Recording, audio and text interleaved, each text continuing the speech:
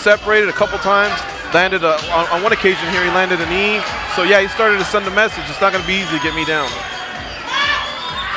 Look at that. McCall screaming at Da Silva before the start of the third round. A little primal yell there. How about that? I'm not scared of the world #1. Now, was that English or Portuguese? I think that was a Portuguese. He's doing a little translating out there.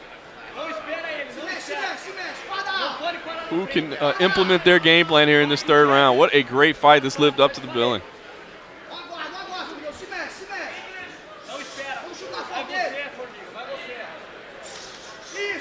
Call to the body and back up top. In and out. I would do that for 5 rounds. I mean, 5 minutes. I would just in and out.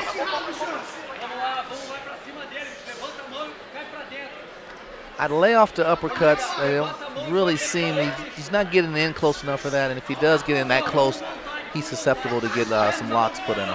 Yeah, just maintain the straights. And if you're Da Silva, I mean, he's standing in there and countering, but you got to think he wants to sell out on the takedown, right? Yep. And once again, McCall staying away from the kicks. All boxing. He's the quicker of the two, the stronger of the two, more technical, using his head, moving back and forth, not giving Da Silva a solid stationary target. Nice right hand. Working behind the jab, too. Yeah, Da Silva tried to shoot in there and didn't even get close. McCall felt it right away. I think McCall's breaking him. Looks frustrated, doesn't he? He sure does. Nose starting to bleed a little bit again from McCall, but nice left hand, knee inside, and Silva looks frustrated. Now this is where it really comes to play if you want to be the world's #1. You want to have that title. This is where you suck it up and you actually take it to the next level. And look, I mean, there's a lot of round left here in round 3. A little more than 3 minutes left. If Da Silva can work to the back again like he has so many times before, you know, there's still victory for him to claim. But right now, McCall just seems to be doing everything right. I think the only way he's going to get him down is a perfectly timed takedown off of McCall overextending on some strikes. He doesn't have the wrestling to get a solid double. Now that's where the uppercut could be effective. When he comes in, they're shoulder to shoulder, he can step back and catch him. You can see McCall just confident as can be, feeling comfortable. Give him a little right to left head movement. He's showing really good footwork. Boxing clinic right now. Oh my goodness, it's just, he's putting on a show. Working the body. I got that fuerte. Hit him with an inside leg kick. They wanted one a little stronger than that.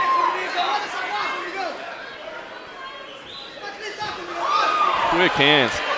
McCall shuffling his feet out there, throwing a little Sugar Ray with the right hand. Doesn't want to get casual by any stretch. And he's switching to southpaw, back and forth. Totally throwing off Da Silva. Silva has nothing to counter. I mean, look, shooting from that was desperate. 5 feet away. I mean, that was absolutely a desperation takedown attempt. Not set up, but he knows he needs it. McCall's winning this round, but by no means is it over. But Da Silva does need to get busy. He's not going to outstrike him. He needs to get this fight to the ground. 90 seconds left in this fight. It looks like McCall is ahead in this third and final round and just putting on a boxing clinic right now. There's a shot. Can Da Silva get it to the floor? And if he does, I mean, he's been criticized for his lack of finishing. Would he have enough time to finish it? Da Silva catches a warning for holding the shorts there. Dropping to that single, and McCall just sprawls well. McCall not giving him any angles, giving him anything to work with. Working in the underhooks, defending from his feet.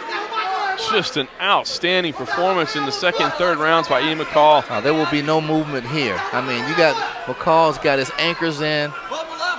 He's strong in the thighs. I mean, Da Silva's not going to be able to budge him. No, Da Silva is desperate to get this fight to the floor, to get some kind of a submission opportunity. I mean, maybe he could try some kind of desperate. Oh, he does get the trip there. We're in the final minute of the fight. What can he do from here? This is going to be, it's going to have to be rapid fire submissions. McCall's got a butterfly. Now he's back. He's throwing elbows from underneath McCall. Feels safe. I don't know, maybe drop for a leg or something. This is going to be a Hail Mary from top position. McCall staying busy from his back. Throwing elbows, not allowing any room. And that's it. Jussier da Silva gets up and raises his hand, but I think that's more posturing than anything else. I don't see any way Ian McCall hasn't just upset the #1 flyweight in the world. I agree, and I'm glad that he stayed busy towards the end, not sitting there too comfortably, because, you know, the judges can be influenced by how the round ends. McCall dominated the first 4 minutes, but at the end, da Silva made a strong move. McCall showed early frustration.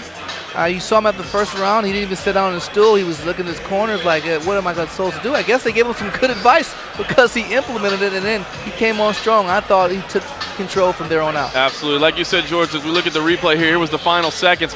Da Silva finally got that takedown he'd been desperately searching for, but McCall stayed busy from his back, throwing elbows and showing, yeah, hey, you know what? I'm on the ground. He's on top of me, but there's no advantage in this position. I deserve round 3 as well, and so you know, give da Silva the first. I've got McCall taking rounds 2 and 3, and like I said, I think the #1 fighter in the world has fallen. Congratulations to him too if he does win, because he looks like he came in prepared, and it looks like he could go another 2 rounds if he had to. McCall still doing push-ups, one-arm push-ups, something I can't do ever, especially after a fight. Just a great performance. Like you said, I think if you point to a key, going away from those kicks helped him stay upright for rounds 2 and rounds 3. All right, let's get our official announcement to the center of the ring.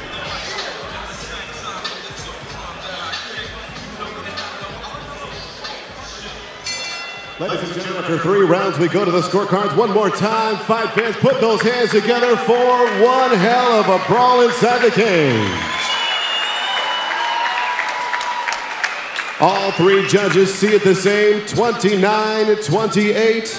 Your winner by unanimous decision, Uncle Creepy, Ian McCall!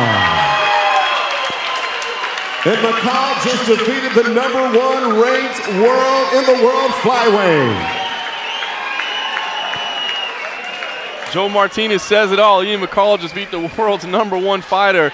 He is celebrating. Jussier da Silva looks absolutely devastated in there. McCall will likely get the next shot at the flyweight title. I'm sure he doesn't even care about that right now. This is a career victory, one of your hallmark signature wins.